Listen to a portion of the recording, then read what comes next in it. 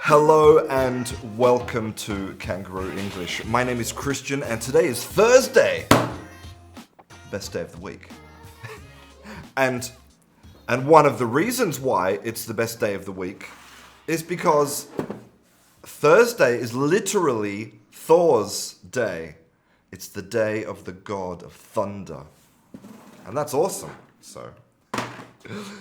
So I have spent maybe the past year, maybe the past 2 years, talking a lot about the philosophy of teaching and learning a language.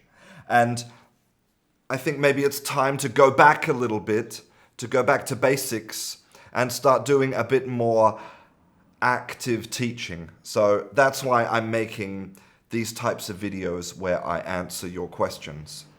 But I'd love to know how you feel about this format. I'd love to know what kind of content you want to see more. So please tell me down in the comments. Okay, so let's start. And the first question is this one.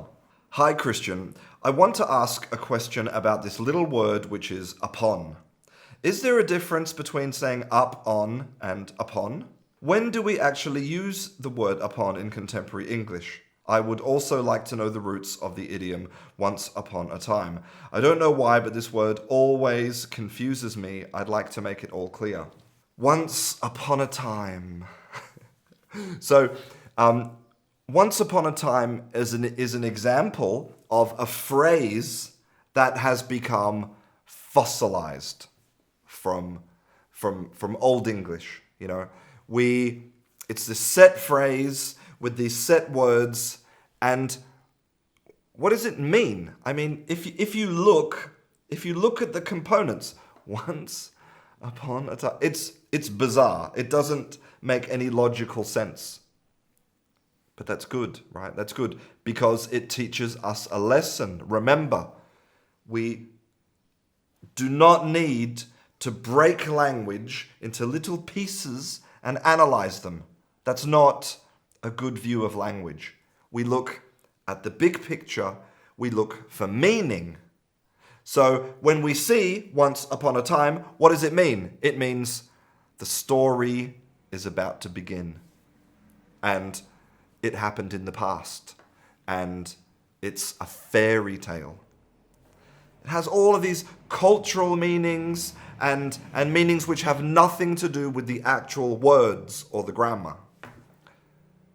But anyway, that doesn't answer your question. Upon. Now, we do not really use upon in modern English, right? It sounds old-fashioned, right? Like, for example, you wouldn't say, are you looking for your glasses? They're here upon the table. Like, no, it's strange. So the short answer to your question is upon is dead. Don't use it. Simple, right? But what's interesting about upon is like where it came from and how this two separate words does actually exist in modern English, right? Something we use all the time. So up on is two prepositions together, right? And you can do this. And so let's have a look at what they mean. Up, direction, right? On, contact. And so imagine that I have my beautiful word of the day, Thor, right? So where's Thor? Where's the word Thor? It is up on the filing cabinet. Right? And so I'm using these prepositions of position to give you information about where it is. And it's geographical information. It's useful information. Like, you know, my telephone is down on the floor. Right? So we can we can combine these prepositions to create more meaning. Okay, next question. Hello everybody, could you please help me? I have a question about adjective order. Sometimes for certain sentences, I struggle with adjective order. Here is an example. I discovered a great new book. I discovered a new great book. What I want to say here is that the great book that I've discovered is new to me, but the book itself isn't new at all. So I don't know if new should be placed before great, or if it is the other way around. What do you think? This is a great question. I love this question because it tells us something deeper about language. That language is not about rules, right? Language is about the humans that use it, the social animals. Language is about the psychology. So maybe you've seen those rules about adjectives, right? It's like color, then material, then origin. I'm not even sure, but you know, I've seen these big charts that explain all the different order of adjectives. But as a student, as someone trying to learn and use language, it's not very helpful, right? Because imagine you want to use 3 adjectives. Are you going to stop and say, okay, wait a second, guys. Wait, just, it's green. Okay, just that order. Just another minute, please. Green. It's African. Yeah. Come on, all right? So what can help you, though, is to understand why we have this order, right? Because if you understand the logic behind the order, then it's easy to put the adjectives in the right order, right? So let's understand why, right? It's actually about processing. It's about what's important to us as social animals. And in English, what we do is we put opinions before facts. So if you were talking about a bag that was green and a bag that you thought was also beautiful, then when you describe the bag, you put your opinion before the fact. You say it's a beautiful green bag. Because facts are generally not what is novel, not what is new in a conversation, right? The fact that my telephone is black and Chinese is just not really that interesting, right? But my opinion about it, well, we want to put that at the front, right? And so now we get into your specific question, right? If we're asking about the great new book or the new great book, okay? So we have a new great book or a great new book. Now, this is an interesting example, right? So, in a way, right? In a way, new is kind of a type of opinion. Because, you know, what is new? Is new like 2 weeks ago? Is new the past 5 years? You know, like what's new? It's objective, right? There's a big, you know, variation of opinions. So new in a way is not really a fact.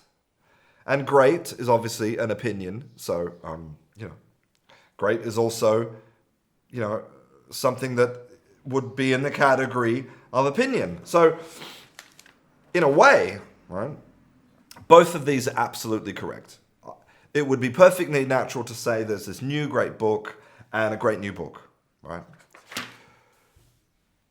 So how do we choose, right? How do we know which one is, you know, is the right one to use? Well, you have to use your psychology when you make the decision. So, are you trying to say that the newness is the most important thing? Are you trying to catch the attention? Hey, look at this. If the new is important, then put it in the new. Then put it first. New great book. If the book is great, if this is what you want to, look at this. If that's what you want to draw attention to, then put that first, right? It's about human psychology. First, we give more attention to what's first, okay? So you have to decide. But now, here's where things are a little bit more difficult, because you said you want to say that the great book you discovered is new to me, but the book isn't new at all. So these adjectives only modify the noun book, right? So it's impossible to give information about you with the adjectives in this position, because these adjectives in this position can only tell us about the book, not about you. So there's no way to fix this problem. We have to add that information, right? We have to say, I have recently discovered a great book. Yeah? So now do you see now, if you say recently discovered, what are we doing? We're modifying the verb. And so the verb becomes about you, right? Because you are doing the discovering. Recently is modifying the discovering, so it's about you. So that's how we can, transmit this information. Okay, next question. Hi everybody, I searched on Google Translate the meaning of the word fared, and the translation is like to go or to travel. But in these phrases, what is the meaning? Since the dawn of time, people have thought differently, acted differently, they fared differently from each other. This is another great question, and I love this question because it's about metaphor. And I'm a little bit obsessed with metaphor in language. So, fair. Yes, fair comes from an old word, right? That meant to travel, right? When you go on a train or an airplane, you pay for your fare, your bus fare or your train fare. It's about traveling and moving. But I can also ask you, I can say, how are you faring? Or I could say, yes, his wife died recently. I wonder how he's faring. So in this case, we're not talking about literal travel.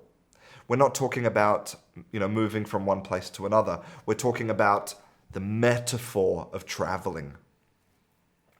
In fact, no, I don't have my copy, but in the book Metaphors We Live By, they give specific examples of how the metaphor of life as a journey is a deep part of the English language. We consider the traveling from the moment you're born to the moment you die. You're traveling not physically. You're traveling through time. Time is this thing which is in front of us and behind us, and we're on the road, right? And so we're all faring through life. And sometimes we fare well. Sometimes we fare well. And sometimes we don't fare so well. Especially when there's a deadly virus circulating throughout the planet. Right, next question. Hello, Christian. Recently, I've been playing a game called 2 Point Hospital and stumbled upon some interesting vocabulary. There's an in-game item which is a fire extinguisher. In the description of the item, it says, sneezes anti-fire foam and doubles as a doorstop. A janitor will need one of these if there's a fire. I don't really understand the usage of the word double here, and I'd appreciate if you could explain this to me and give other meanings or expressions with this word that are not considered standard. Well, this is an interesting one because the word double has existed for 800 years, right? As a noun, right? As a noun. But as a verb, in this sense, it's only been around since 1920. So it's very recent. And it started in circuses. That's very strange, right?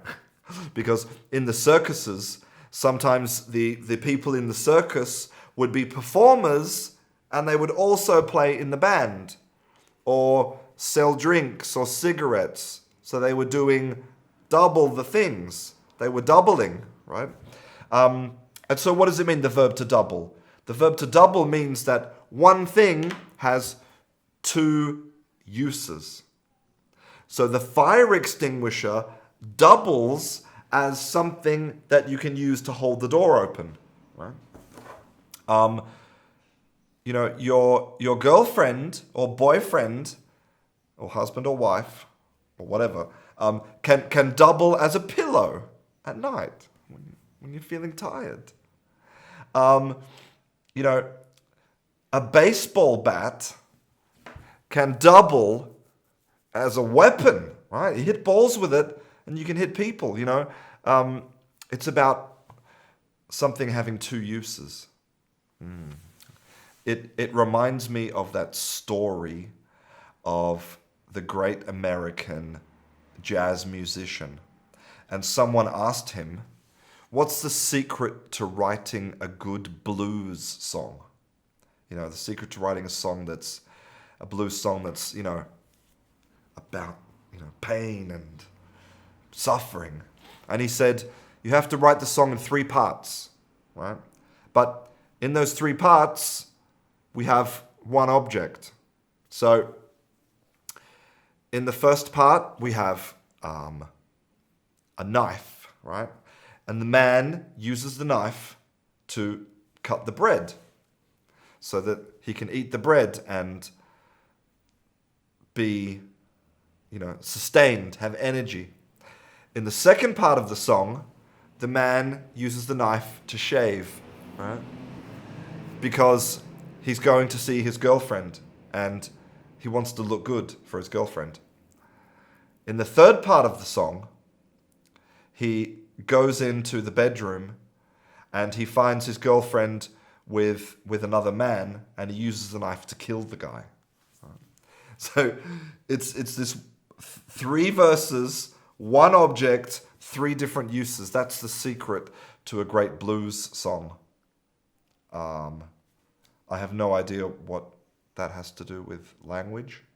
Well, I hope that you enjoyed today's video, and I hope that maybe you understand a little bit more about how important the psychology of language is and how unimportant the rules are.